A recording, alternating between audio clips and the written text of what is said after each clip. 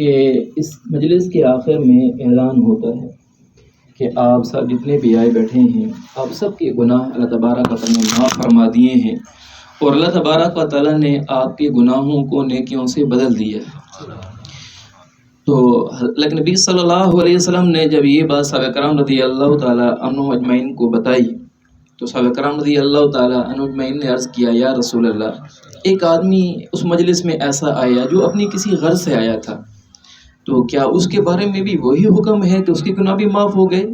آپ صلی اللہ علیہ وسلم نے ارشاد فرمایا، ہاں، یہ ایسی مبارک مجلس ہے کہ اس آدمی کے گناہ بھی اللہ تبارک تعالیٰ معاف فرما دیتے ہیں جو اپنی غرض سے آیا بیٹھا تھا۔ سبحان اللہ۔ تو اللہ تبارک و تعالیٰ نے کتنا احسان فرمایا کہ اس مجلس میں بیٹھنے کی توفیق عطا فرمائے۔ اور آپ حضرات کو ایک عجیب خوشخبری سناؤں کہ اللہ کے نبی صلی اللہ علیہ وسلم نے فرمایا تھا کہ ایسی مجلس جو قرآن پاک کی ہو، اس کے آخر میں جو دعا مانگی جاتی ہے اللہ کے ہاں وہ مقبول ہوتی ہے۔ سبحان اللہ۔ اور حضرت انس رضی اللہ تعالیٰ عنہ جب بھی کلام پاک کا اختتام فرماتے تو اپنے گھر کے افراد کو جمع کر لیتے تھے اور سب کو اجتماعی دعا کرواتے تھے۔ حضرت عبداللہ ابن عباس رضی اللہ تعالیٰ عنہما، ان کا بھی یہی معمول کہ سب گھر والوں کو جمع فرما لیتے اور اس کے آخر میں اجتماعی دعا فرماتے۔ تو مطلب یہ ہے کہ یہ دعا ایسی مجلس ہے کہ جس کے آخر میں دعا قبول ہوتی ہے، تو ہم تو اس پر اللہ تعالیٰ کا شکر ادا کریں۔ پھر یہ بات سمجھیں کہ ہر عمل کا کوئی نہ کوئی اثر ہوتا ہے۔ جیسے ہم کوئی برائی کی مجلس کو دیکھتے ہیں، وہاں جو لوگ بیٹھنے والے ہوتے ہیں وہ اس کے اثر لیے بغیر نہیں رہتے، بھلائی کی مجلس کا اثر ضرور بھی ضرور ہے۔ حتیٰ کہ کوئی آدمی نماز پڑھنے کا اہتمام کرتا ہے، یہ آدمی برائیوں سے بچنا شروع ہو جاتا ہے۔ جو آدمی سنت رسول چہرے پہ سجا لیتا ہے، اس آدمی کے دل میں اللہ کے نبی صلی اللہ علیہ وسلم کی محبت آنا شروع ہو جاتی ہے۔ جو آدمی روزہ رکھنا شروع کرتا ہے، کتب علیکم الصیام کما کتب علی الذین من قبلکم لعلکم تتقون، کہ اللہ تبارک و تعالیٰ تمہارے اوپر روزے فرض کیے ہیں جیسے کہ پہلے تو روزے فرض کیے، کس لیے؟ تاکہ تمہارے اندر تقویٰ پیدا ہو جائے۔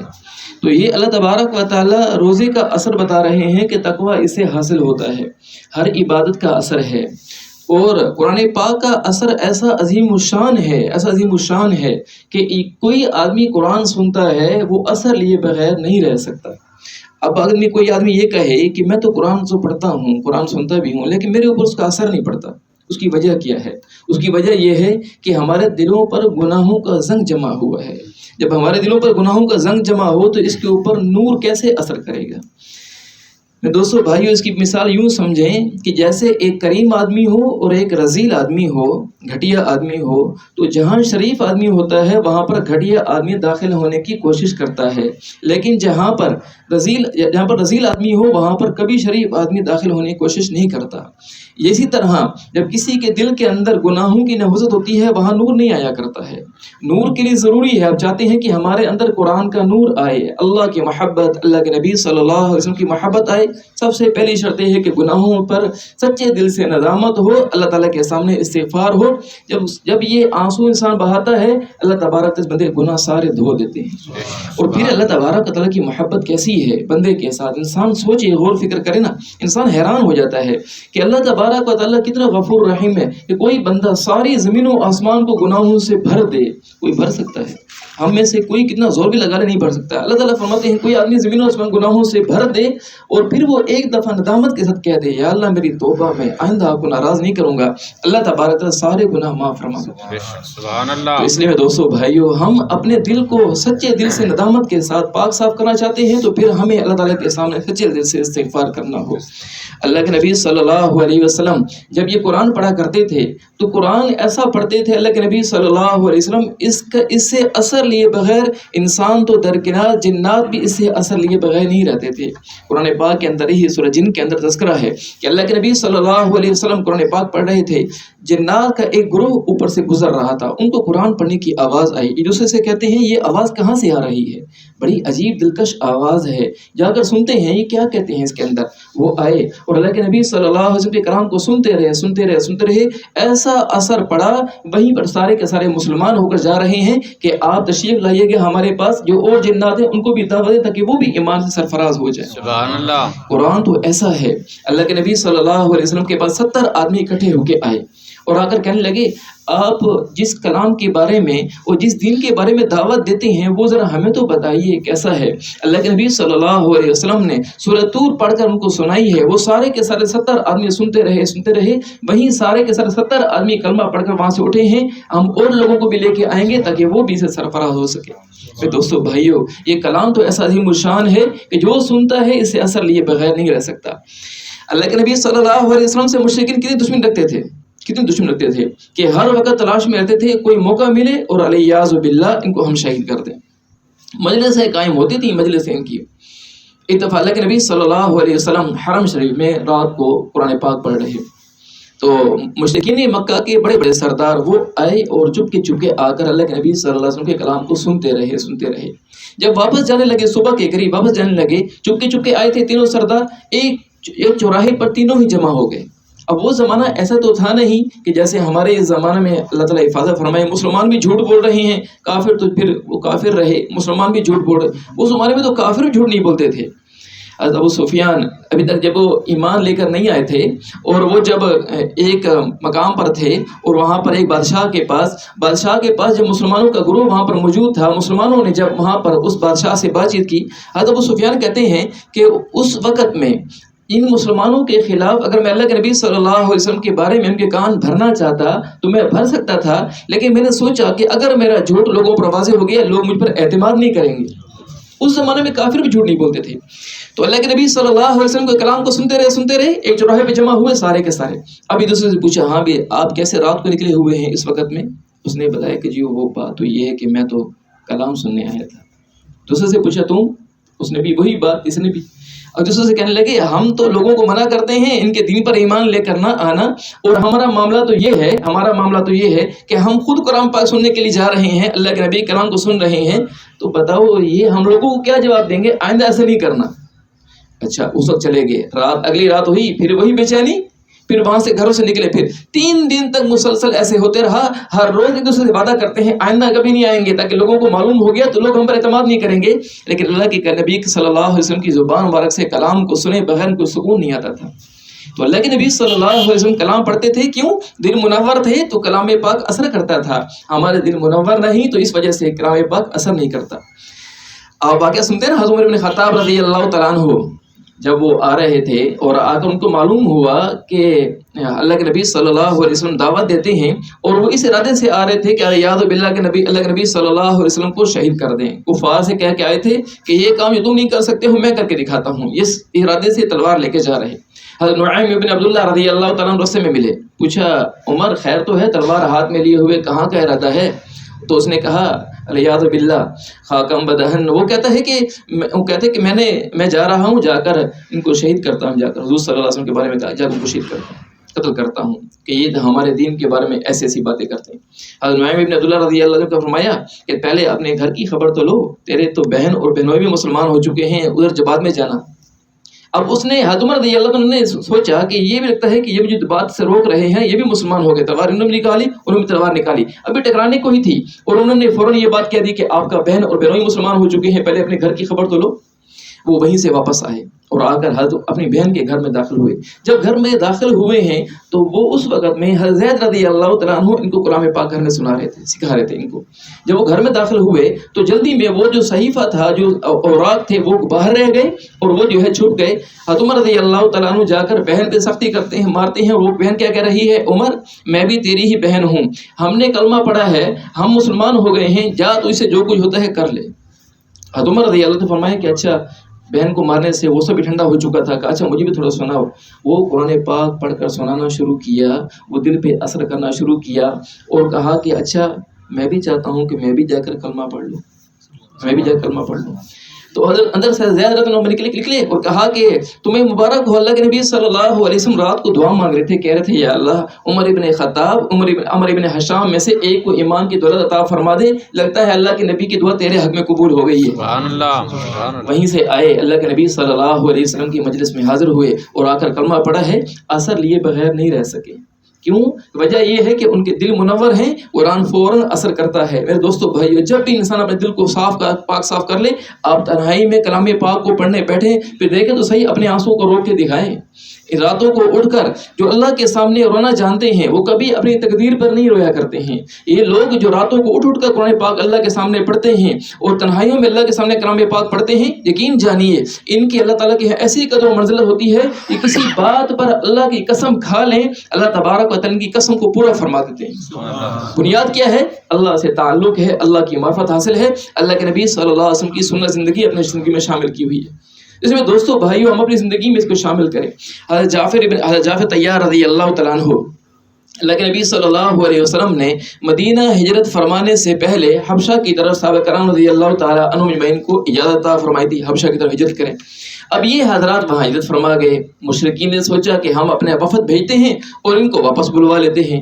وہ جب وہاں پر گئے کہ چلو یہ تو غیر مسلم ہے، نجاشی شاہ حبشہ نجاشی یہ تو غیر مسلم ہے، لہذا ہماری بات کو کبھی رد نہیں کرے گا. یہ وہاں پر گئے اور جا کر اس شاہ حبشہ نجاشی سے بات چیت ہوئی اور جا کے کہنے لگے کہ یہ جو ہمارے کچھ بگڑے ہوئے لوگ ہیں یہ وہاں سے بھاگ کر آپ کے پاس آ گئے ہیں، ایسا کریں آپ ان کو ہمارے پاس واپس کر دیں. یہ تو ہمارے معبودوں کو برا بھلا کہتے ہیں، ہمیں واپس کر دیں، ہم ان کو لے کے جاتے ہیں. شاہ حبشہ نے ان حضرات کو بلایا. انہوں نے آ کر ان سے پوچھا کہ بتاؤ تم اپنے نبی کے بارے میں کیا کچھ کہتے ہو اور تم جس کے کلمہ پڑھتے ہو اس کے بارے میں کیا کچھ کہتے ہو. ان حضرات نے اس شاہ حبشہ کے سامنے سورہ مریم پڑھنا شروع کی. جب پڑھنا شروع کی ہے اس کے اوپر ایسا اثر ہوا، اس نے ان سے کہا، بادشاہ سے کہا بادشاہ سلامت، ہم سود کھاتے تھے، ہم رشوت کھاتے تھے، زنا میں مبتلا، ہم اپنی بیٹیوں کو زندہ درگور کر دیا کرتے تھے. اس اللہ کے نبی نے آ کر ہمیں سیدھا رستہ دکھایا ہے، ہمیں یہ بتایا ہے کہ بیٹیوں کے ساتھ محبت کا معاملہ کیا جاتا ہے، ہمیں سود سے بچایا، ہمیں رشوت سے بچایا، ہمیں گناہوں سے بچایا ہے، گناہوں کی نفرت ہمارے دل میں پیدا کی، اپنی محبت اپنے حبیب کی محبت ہمارے دل میں پیدا کی ہے اور ہم گناہوں سے ہم نفرت کرنے والے بنے، ہم ایمان والے بنے. ہم اس زندگی کو کیسے چھوڑ سکتے ہیں؟ لہذا یہ ہمیں جو کہنے کے لیے آئے ہیں ہمیں یہ اس زندگی سے ہٹانا چاہتے ہیں. شاہ حبشہ کے اوپر اس باتوں کا بڑا اثر ہوا. اللہ تبارک و تعالیٰ نے اس کو بھی ایمان کی دولت سے سرفراز فرمایا. میں دوستو بھائیو جو اس کلام کو سنتا ہے کلام سے اثر لیے بغیر نہیں رہ سکتا. ہمیں ضرورت ہے اس بات کی کہ ہم اپنی زندگی کو قرآن کے مطابق ڈھالنے کی کوشش کریں. یہ رمضان کا مہینہ یہ قرآن کا مہینہ ہے. یہ آخری عشرہ 3 وجہ سے بڑی خصوصیت کا حامل ہے. ایک تو اللہ تبارک و تعالیٰ نے اس آخری عشرے کے اندر اللہ تبارک و تعالیٰ نے کلام پاک کی دولت نصیب فرمائی ہے. انا انزلناہ فی لیلۃ القدر، جیسے مولانا صاحب فرما رہے تھے کہ ہم نے اس قرآن کو ہم نے انا انزلناہ فی لیلۃ القدر، ہم نے لیلۃ القدر میں اس قرآن کو نازل فرمایا. قرآن پاک میں 2 قسم کے الفاظ استعمال ہوئے ہیں. ایک انزلنا کا لفظ استعمال ہوا ہے، ایک نزلنا کا لفظ استعمال ہوا ہے. انزلنا کا مطلب بنتا ہے کہ سارا قرآن یک بارگی اترا ہے. نزلنا کا مطلب بنتا ہے کہ تدریجاً اترا ہے، درجہ بدرجہ اترا ہے. تو اس کا کیا مطلب ہے کہ اللہ تبارک و تعالیٰ نے لیلۃ القدر میں سارے قرآن پاک کو لوح محفوظ سے آسمان دنیا پہ اتارا. پھر جتنی ضرورت ہوتی رہی 23 سال کے عرصے میں تھوڑا تھوڑا نازل ہوتا رہا امت کے نفع کے لیے. اس کی ابتدا کہاں ہوئی ہے؟ سب سے پہلی ابتدا وہ غار حرا میں ہوئی ہے اور اللہ تبارک و تعالیٰ نے سب سے پہلے کلام پاک کی ابتدا وہاں فرمائی ہے. اقرأ بسم ربک الذی خلق. اللہ تبارک و تعالیٰ سب سے پہلے اس کلام پاک کی ترغیب دے رہے ہیں اور دعوت دے رہے ہیں کہ آپ اس کلام کو پڑھیے، اپنے رب کے نام کو پڑھیے. میرے دوستو بھائیو ہم اس رب کے کلام کو پڑھتے نہیں ہیں. آج ہم سوچیں، آج ہم اپنے موبائل کو کتنا وقت دیتے ہیں، اپنے گھر کے کاموں کو کتنا وقت دیتے ہیں، اس کلام پاک کو کتنا وقت دیتے ہیں. تو ہمیں اندازہ ہو جائے کہ ہمیں محبت کیوں نہیں ہے کلام پاک سے. ندی وجہ کہ اس کو وقت ہی نہیں دیتے ہیں. ہم آج سے نیت کریں، عزم کریں، اس قرآن پاک کے ساتھ لو لگائیں گے، قرآن پاک کو یاد کرنا شروع کریں. جو آدمی جس رستے پہ چلتا ہے اگر اسی منزل پہ نہ بھی پہنچا ہو، اس کو اگر اس رستے میں موت آ جاتی ہے وہ اس رستے والا شمار ہوتا ہے. کوئی آدمی اگر برائی کے رستے پہ چلنا شروع کر لے، اللہ تعالیٰ حفاظت فرمائے، برائی کے رستے پہ چلنا شروع ہوا اس رستے میں اس کا انتقال ہو جاتا ہے، یہ آدمی برائی کے رستے پہ چلنے والا شمار ہوتا ہے. اور جو آدمی دین کے رستے پہ چلنا شروع کرتا ہے، سنت رستے پہ چلنا شروع کیا، کلام پاک کو یاد کرنا شروع کیا. اس آدمی نے بھی شروع ہی کیا تھا، ابھی 2 آیتیں ہی پڑھی تھیں اور اس نے ارادہ یہ کیا ہوتا میں نے کلام پاک کو حفظ کرنا ہے. 2 آیتیں پڑھنے والا بھی اللہ تعالیٰ کے ہاں یہ حفاظ میں شمار ہوگا کیونکہ اس کے دل کے اندر عزم و ارادہ تھا. ہم سوچیں تو صحیح، جب ہمارے پاس دنیا کے معاملات کے بارے میں ہمارے پاس کتنا علم ہے. آج سارے کے سارے بیٹھے ہوئے ہیں، ہم کسی سے پوچھتے ہیں، ہم یہاں سب بھائی سے پوچھتے ہیں کہ بھائی ہمارے پاس 1 لاکھ روپے ہیں، ہم اس سے کون سا کاروبار کاروبار کریں، ہر ایک کے پاس ایک الگ مشورہ ہوگا، لیکن ایک بات سمجھنے کی ہے، یہ دین کے معاملے میں ہم کیوں ایسے ہو جاتے ہیں، ہمیں سمجھ کیوں نہیں آتی ہے کہ صحیح رستہ کون سا ہے، اللہ تعالیٰ کے احکامات والا رستہ، اللہ کے نبی صلی اللہ علیہ وسلم کے سنتوں والا رستہ جو کامیابی کا رستہ ہے، اس رستے کو ہم کیوں چھوڑتے ہیں؟ اس رستے کو چھوڑتے ہیں تو پھر راحت کیسے تلاش کرتے ہیں؟ رحمتیں، برکتیں اور خوشیاں اسی کو نصیب ہوتی ہیں، حقیقی خوشیاں اس بندے کی زندگی میں دین ہوتا ہے، اسلام اس کی زندگی کے اندر ہو۔ میرے دوستو بھائیو، آج ہم نمازی بنے ہیں، آج ہم حاجی بنے ہیں، آج ہم زکوٰۃ ادا کرنے والے مزکی بنے ہیں، ہم روزہ رکھنے والے، ہم صائم بنے ہیں، لیکن آج ہم دیندار نہیں بن سکے۔ دیندار کسے کہتے ہیں؟ دیندار وہ ہوتا ہے کہ جس کا ہر عمل، ہر بول، ہر جذبہ اس کے دین کے مطابق ہو۔ جب اس کو سوچ آتی ہے کسی کام کے بارے میں، وہ فوراً سوچتا ہے میرا دین کیا کہتے ہیں اس کے بارے میں۔ میں دوستو میں نے زندگی میں چند لوگ دیکھے ہیں جو زندگی میں اپنی ہر چیز کو دین کو سامنے رکھتے ہیں۔ ہم آج سے ارادہ کریں، ہم ہر معاملے میں دین کو سامنے رکھیں گے، پھر دیکھیے اللہ تعالیٰ کیسی خوشی نصیب فرماتے ہیں۔ اللہ تبارک ان باتوں پہ ہم سب کو عمل کی توفیق بھی نصیب فرمائے، ان باتوں کو آگے پہنچانے کی بھی توفیق نصیب فرمائے۔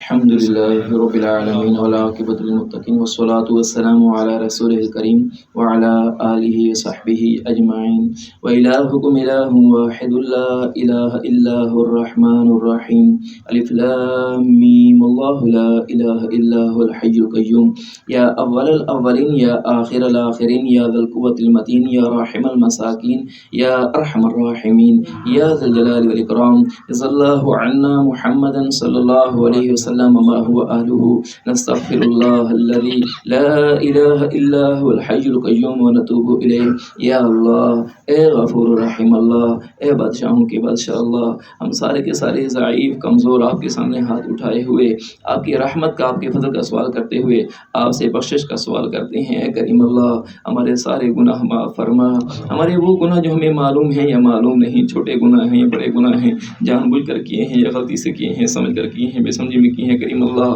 ہم اپنے سارے جرموں کا اعتراف کر کے آپ کے سامنے اللہ معافی مانگتے ہیں۔ کریم اللہ ہمیں معاف فرما دیجیے یا اللہ، آپ نے اگر ہمیں معاف نہ کیا تو آپ کے حبیب کو بڑی تکلیف ہوگی۔ آپ کے حبیب نے تو ہمارے لیے، پوری امت کے لیے بڑے آنسو بہائے ہیں۔ یا اللہ اپنے حبیب کی تکلیف سے، یا اللہ اپنے حبیب کو تکلیف دینے سے محفوظ فرما کر یا اللہ ہمیں معاف فرما دیجیے۔ اے کریم اللہ اپنے حبیب کے بیت ہوئے آنسوؤں کے طفیل یا اللہ ہماری بخشش فرما، ہم سب کی دنیا کی زندگی بہتر بنا، ہماری آخر کی زندگی بہتر بنا، اپنے اور اپنے حبیب کی پیروی کی توفیق نصیب فرما۔ اے کریم اللہ ہمارا دل چاہے نہ چاہے ہمیں عبادات اپنے احکامات کے مطابق صحیح سی کرنے کی توفیق نصیب فرما، اپنے حبیب صلی اللہ علیہ وسلم کے سنت کے مطابق عمل کرنے کی توفیق نصیب فرما۔ یا اللہ ہمیں ظاہری زندگی بھی، باطنی زندگی بھی یا دین کے مطابق یا عمل کی توفیق نصیب فرما۔ یا اللہ ہمیں سے جو مقروض ہیں سب کے قرضوں کی ادائیگی کا بندوبست فرما، جو رزق کی وجہ سے پریشان ہیں سب کو رزق حلال وسیع بغیر مشقت بغیر پریشانی کا عطا فرما۔ اے کریم اللہ یہ جو حاضرین سارے آئے ہوئے کریم اللہ اسی مقصد کے لیے آئے ہیں کہ یا اللہ بخشش چاہتے ہیں، آپ کے کرم کو چاہتے ہیں، آپ کی مہربانی کو چاہتے ہیں کریم اللہ، صرف اسی مقصد کے لیے اپنے لوگوں کو باندھ کر کے آئے بیٹھے ہیں کریم اللہ، سارے کے سارے مخلص ہیں اللہ، اس اخلاص کی وجہ سے آئے بیٹھے ہیں۔ اے کریم اللہ اپنے فضل کا معاملہ فرما کر یا اللہ جیسے آج آپ نے ہمیں یہاں جمع فرمایا ہم سب کو جنت میں بھی جمع فرما۔ اے کریم اللہ جنت میں اپنے حبیب کا پڑوس نصیب فرما، رسول اللہ صلی اللہ علیہ وسلم کو مقام محمود عطا فرما۔ ایک امتی کی طرف سے اس کے نبی کو جو بہترین بدلہ دیا جا سکتا ہے کریم اللہ ہماری طرف سے اپنے حبیب کو بہترین بدلہ عطا فرما۔ اے کریم اللہ اپنے حبیب کی یا اللہ معیت ہم سب کو یا اللہ جنت میں نصیب فرما۔ اے کریم اللہ دنیا میں اپنے حبیب کی پیروی کی توفیق نصیب فرما۔ اے کریم اللہ ایسا نہ ہو کہ قیامت کے دن ہم سب حاضر ہوں، اللہ کے نبی صلی اللہ علیہ وسلم ناراض ہو کر ہم سے چہرہ ہی پھیر لیں کہ تم تو میری امت ہی نہیں ہو، تمہارے چہرے، تمہاری شکل و شباہت، تمہاری زندگی میرے دین کے مطابق نہیں تھی، تم نے میرے احکامات کو چھوڑ دیا، میری اطاعت کو چھوڑ دیا۔ کریم اللہ ہمیں اس رسوائی سے محفوظ فرما دینا۔ اے کریم اللہ ہم سب کو قبول فرما، یا اللہ ہم سب کے مالوں کو جانوں کو اپنے دین کی سربندی کے لیے قبول فرما۔ اے کریم اللہ یا اللہ اس گھر کو یا اللہ اپنے دین کا مرکز بنا، اپنے دین کی سربندی کے لیے ذریعہ بنا۔ اے کریم اللہ شیخ جاوید صاحب نے یا اللہ اس کام پاک کی یا اللہ تلاوت کے لیے یا اللہ اس مجلس کو یا اللہ قائم کیا۔ اے کریم اللہ ان کے گھر کو یا اللہ سنتوں سے بھر دے، اے کریم اللہ اپنے حبیب صلی اللہ علیہ وسلم کی محبت سے بھر دے، اے کریم اللہ اپنے احکامات پہ چلنے والا بنا، اپنے حبیب صلی اللہ علیہ وسلم کی سنتوں کے طریقے پہ چلنے والا بنا، یا اللہ رزق کی فراخی نصیب فرما، یا اللہ دین کی سربلندی کے لیے یا اللہ جان کو مال و قبول فرما، اے کریم اللہ ہم سب کو بھی یا اللہ ہمارا دل چاہے نہ چاہے بھلائی کی توفیق نصیب فرما، اے کریم اللہ جو مانگ سکے وہ بھی عطا فرما، جو مانگ نہ سکے دنیا آخرت کی بھلائی ہے وہ بھی نصیب فرما، یا اللہ جہاں جہاں مسلمان پریشانی کے عالم میں ہیں سارے مسلمانوں کی ساری پریشانیاں دور فرما، یا اللہ بیت المقدس کی حفاظت فرما، حرمین شریفین کی حفاظت فرما، وہاں کے مسلمانوں کی حفاظت فرما، یا اللہ حاضرین میں سے ہر ایک کے دل میں کچھ شرعی حاجات شرعی ضروریات ہیں، سب کی شرعی حاجات شرعی ضروریات پوری فرما، اے کریم اللہ ہم سب کی روحانی جسمانی بیماریاں دور فرما، ہمارے دلوں سے یا اللہ ہر اس شخص ہر اس چیز کی ہر اس عمل ہر اس بول ہر اس جذبے کی محبت نکال جس کی محبت ہمارے دل میں ہونے سے آپ ناراض ہوتے ہوں، اے کریم اللہ جو مانگ سکے وہ بھی عطا فرما، جو مانگ نہ سکے دنیا آخرت کی بھلائی ہے وہ بھی نصیب فرما، یا اللہ ہماری تمام دعائیں اپنے فضل و کرم سے اور رسول اللہ صلی اللہ علیہ وسلم کی پیاری پیاری آنکھوں سے بہنے والے قیمتی موتیوں کی طفیل قبول و منظور فرما، وصلی اللہ تعالی علی خیر خلقہ محمد وآلہ واصحابہ وذریتہ واہل بیتہ اجمعین، آمین آمین برحمتک یا ارحم الراحمین۔